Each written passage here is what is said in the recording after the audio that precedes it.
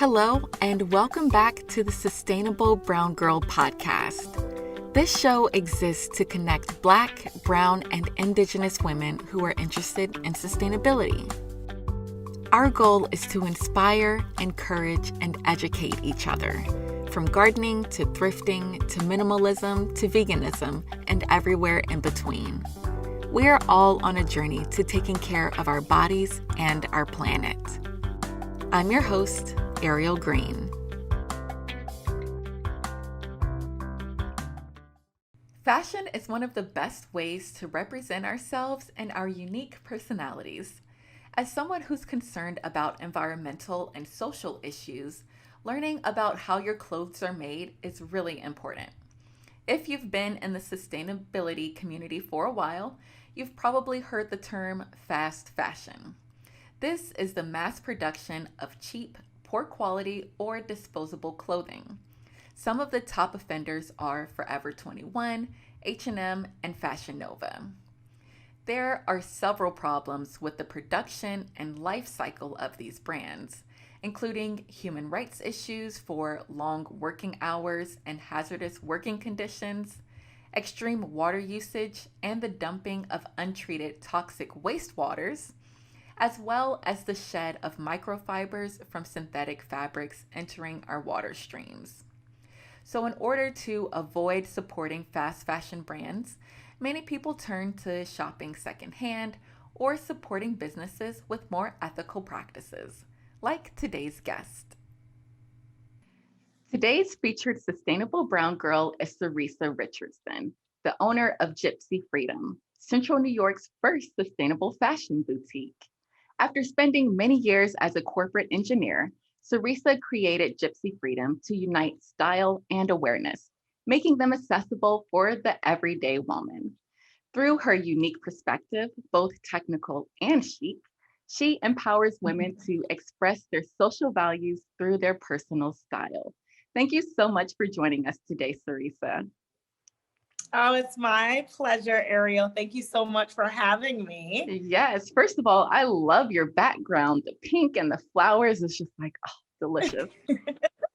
Thank you. Like everything in Gypsy Freedom, the entire aura of it is meant to be very feminine, very modern. So I love hearing that ladies are really attracted to the aesthetic. Exactly. Yeah. Okay. Before we get too much into your shop, I want to know, how did you become interested in sustainability? Yeah, it's actually a very short story. As an engineer, I really became like firsthand introduced to some of the challenges that we were facing globally, just as a community, as it relates to energy savings and sustainable living, climate change being a very real thing. So I just, being on the front end of that as a contributor, as a manufacturer, I personally became a little bit more interested in how I could reduce my carbon footprint and do things like contribute to the world in a way that wasn't so harmful and damaging to our environment and ecosystem. Mm-hmm. So as I was interested in that in my own life, I started wanting to, in addition, express values through the brands and organizations that I supported in my wardrobe. So because I personally had a difficult time doing that, it was really challenging for me to find brands that align with my values and for me to do all of that research into each of the brands. It's really hard to be a conscious consumer these days. There's a lot of information out there. Mm-hmm. And people just frankly don't have the time. They don't want to put in the time, so it's easier to just go to the nearest XYZ and buy whatever it is you want. It's easier to be to not be a conscious consumer. So yeah. I really wanted to create a space to make it easy. Yes, you're exactly right. Because, we're so used to just going to the mall and buying whatever is there. But most of the brands at the mall are not sustainable. So it's difficult to, like you said, do all of your research and find the best brands, find the best prices, Yeah. I mean, and when you think about big box retailers, that's why they exist. They're really answering us. We're telling them what we want Yeah. them to provide us by going there and buying those things. Hmm. So they're like, it's all, as consumers, we contribute to the problem, really. Exactly. Yes. Okay. I love that. So let's go back to your engineering background. What made you, like you kind of talked about it, but what really inspired you to make the shift from engineering to opening your own shop? Yeah. So that's a bit of a longer story. But I'll make it short and sweet.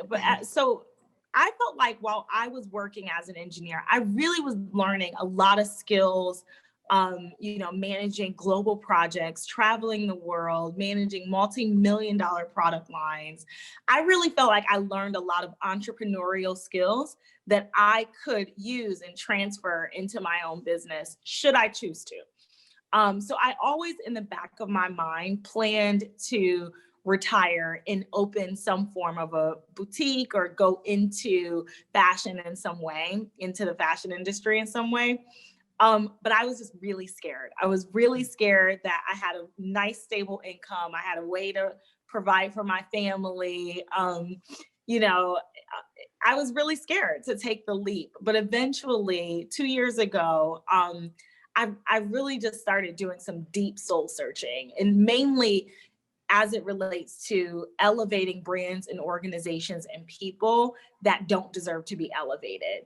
And that really became apparent to me in um, the last presidential election. So not our recent one, but the Yeah. last presidential election was really, to me, was impactful because I felt like these were problems that as consumers, we had solutions for by just choosing where we wanted to vote with our dollars. Yeah. So I wanted to create a space that allowed me personally to do that. And it just so happened that other women resonated with that idea in a way that made it time for me to retire a lot earlier than I originally planned. Nice. Wow. Yeah. So tell us about your shop then. What can people expect when they walk in? Just seeing your Yeah, background, I'm already excited. I want to make a trip to New York. please do. I would absolutely love to host you here. Well, people can certainly expect it to be beautiful, very modern. I was very conscious in making it look like a very modern retail boutique, Hmm. although it's very much a showroom. Gypsy Freedom is an online sustainable fashion boutique. Although our showroom is based in Central New York, majority of our customers are actually out of state and out of this region in general. I do a lot of business with customers, or a lot of customers are on the West Coast, tons Hmm. of customers actually in Texas. So, hey to those Texas girls.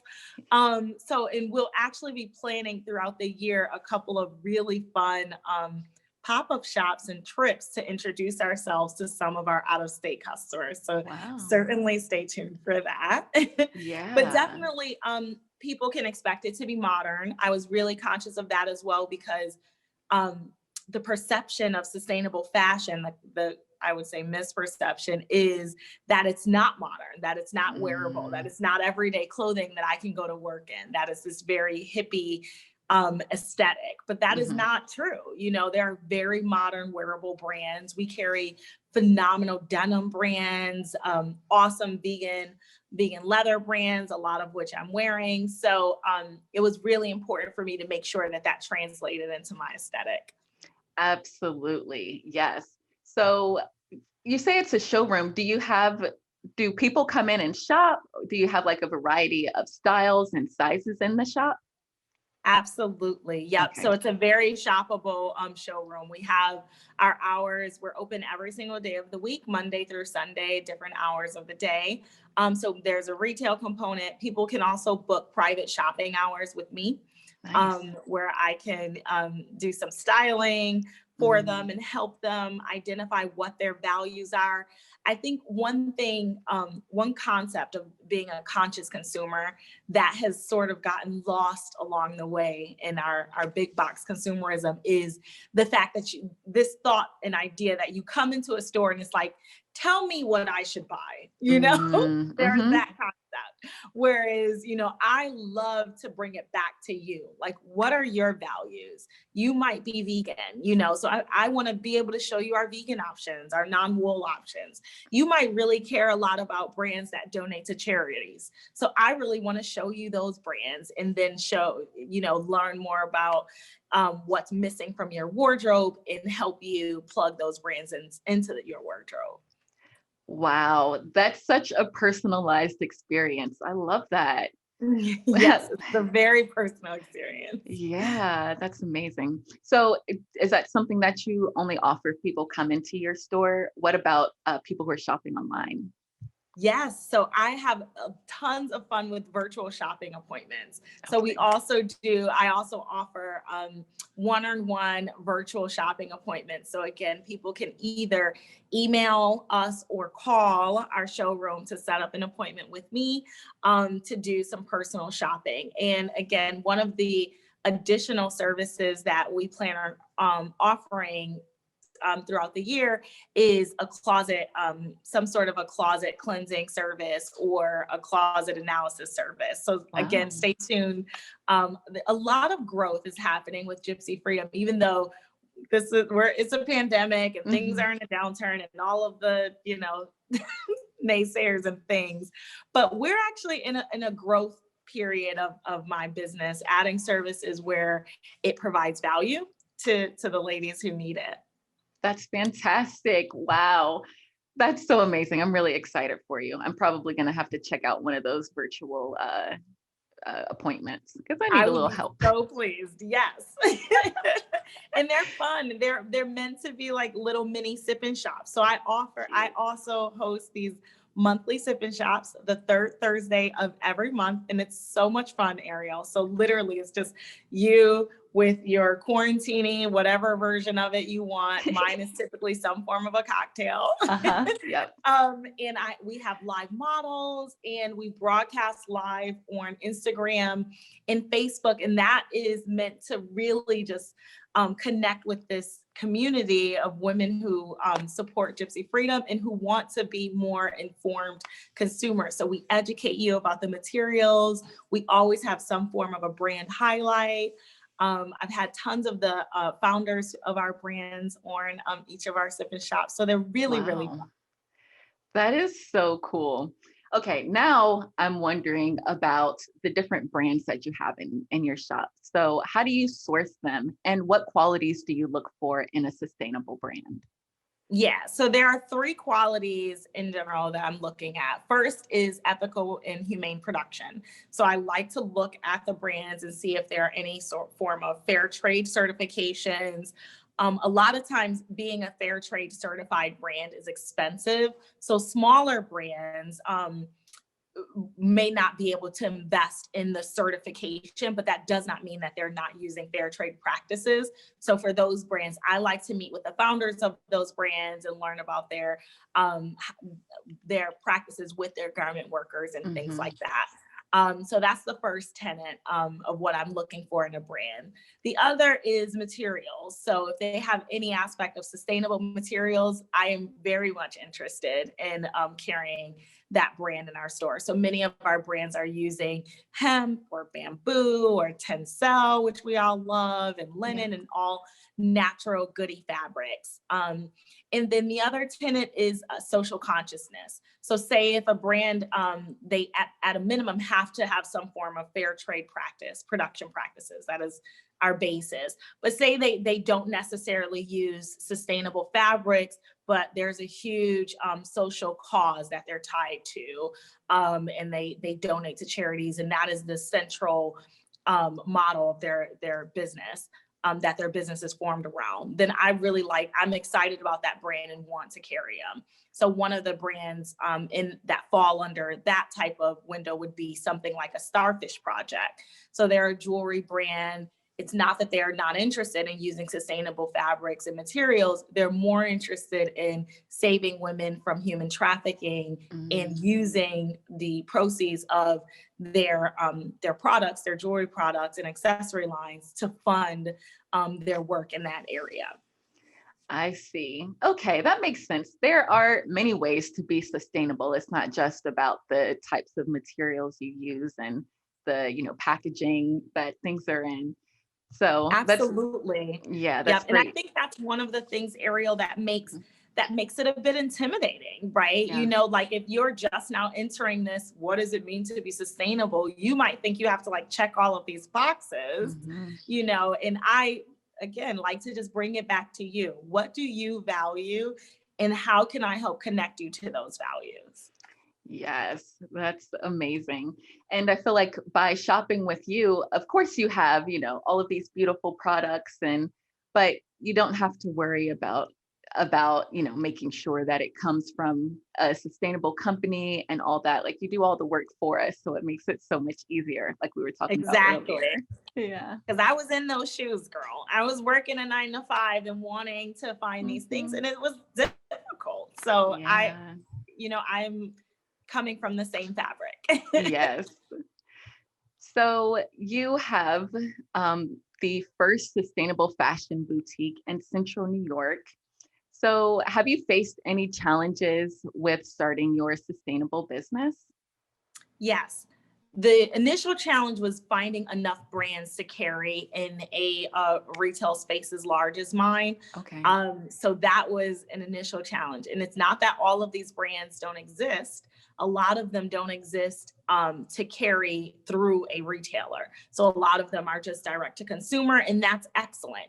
We actually raise awareness for those brands in other ways. So that was my initial challenge. Trying to compete with other big box brands and not being able to have like a diverse offering. So I worked really, really hard to identify enough brands prior to deciding whether or not I should open a brick and mortar. So Okay. that was the Mhm. initial challenge. I see. And since you're in Central New York, I'm not sure what the demographics are, but have you faced any challenges with being a woman of color owned business? Yeah. So Mm. the main challenge is being alone in this space. Like I don't want Oh, to, yeah. we're not plentiful, but there are certainly other women of color in business in Central New York. But we're certainly not plentiful. I want more of us. I want more of us in downtown areas. I want more of us in our metros. I want more of us owning the spaces that we Yeah. operate in, like Mhm. owning these brick and mortars and not just leasing them. So I think that is another challenge, is not having a network of women in this space that my counterparts are used to having. They're Yeah. used to having that network, that they can pull on. So me having to work very, very hard to plug into every network I possibly can to make sure that that Gypsy Freedom is growing in the way that she deserves to grow. Yes. One thing we talk a lot about here is the importance of community. Just having someone who's like on the same level, going through the same problems that you are, who can help you, Yeah. give advice, is just unmatched. Yeah, So, it's very challenging. But, yeah. one of the things, Ariel, that I've been really working hard in doing is building off of what some of the skills that I learned when I was in corporate America. So Uh-huh. just like connecting with people, whether they do or do not look like me, but they, have, access and opportunities that I would love to learn from. I am not shy in saying, hey, can we have a cup of coffee so I can learn from you? In fact, I have to, right? Yeah. So I think being in business for myself has really made me even more comfortable with doing that. That's great. So if someone is looking to start their own sustainable business, do you have any tips for them? Yeah. So I would say ask tons of questions, Okay. certainly. Reach out to others who are in this space. So other bloggers such as yourself, do not be shy to either be told no or to not get responses, but keep reaching out to others, mainly because that community building piece is so important, especially when you're thinking about starting up a business. There's so many things that you don't consider when you're in that creative space, that creative mindset, that you really should be thinking of as a potential business owner. And someone who's already been there before can lend that advice and perspective to you.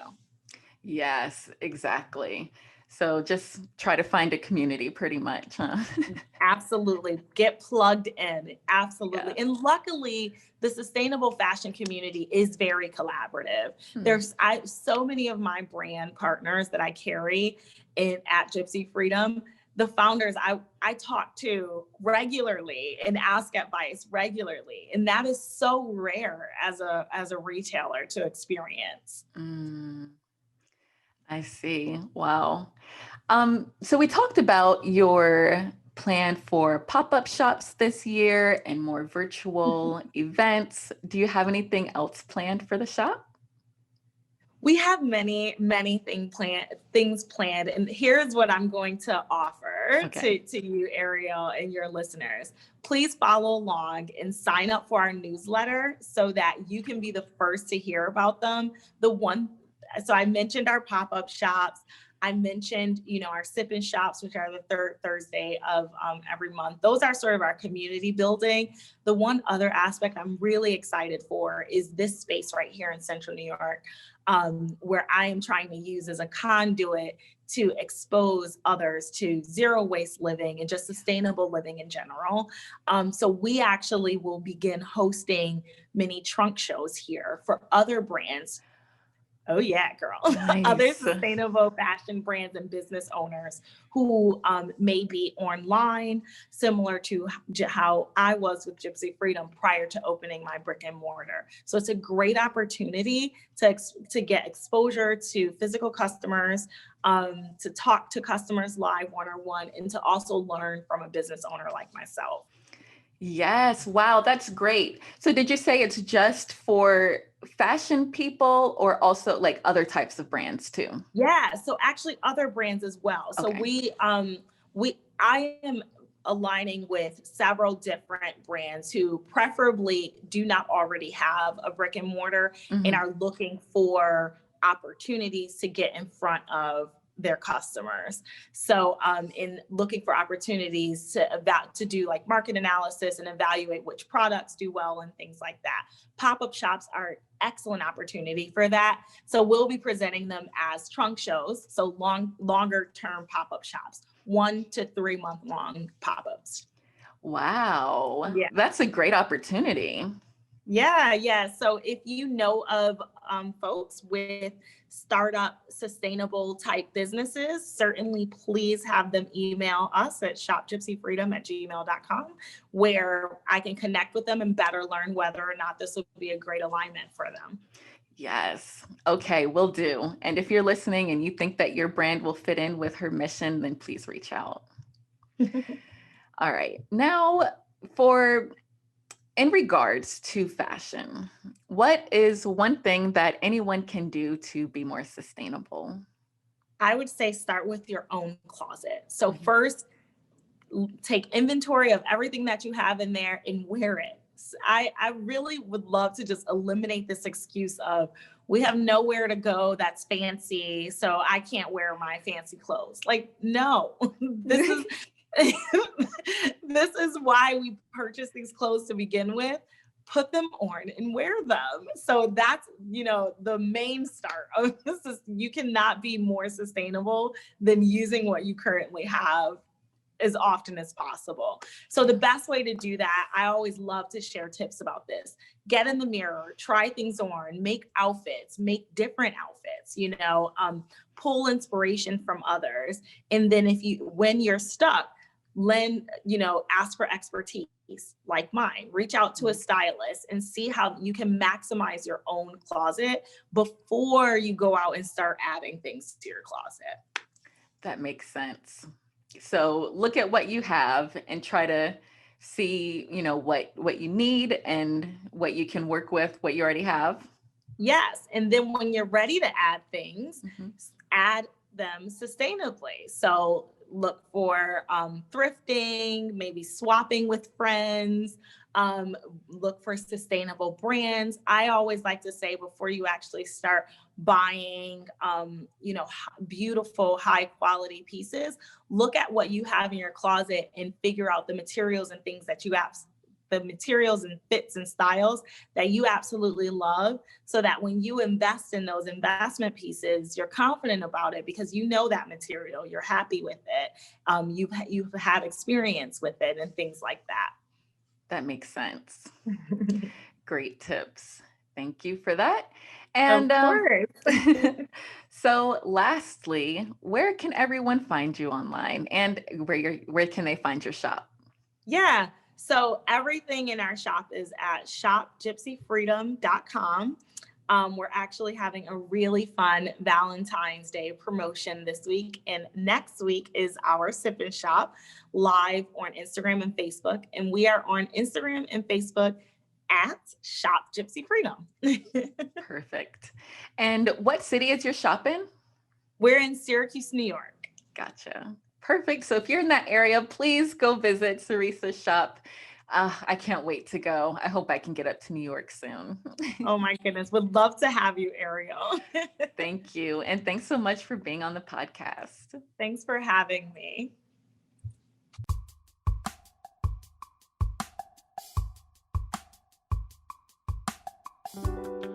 Thank you so much for listening to this Sustainable Brown Girl podcast. Be sure to subscribe and share it if you loved it, and leave a review. You can find us on Instagram at Sustainable Brown Girl, and check out our Facebook community. We would love to have you there. Until next time, let's continue to make healthy choices for the health of our planet and the health of our bodies. Thanks for listening.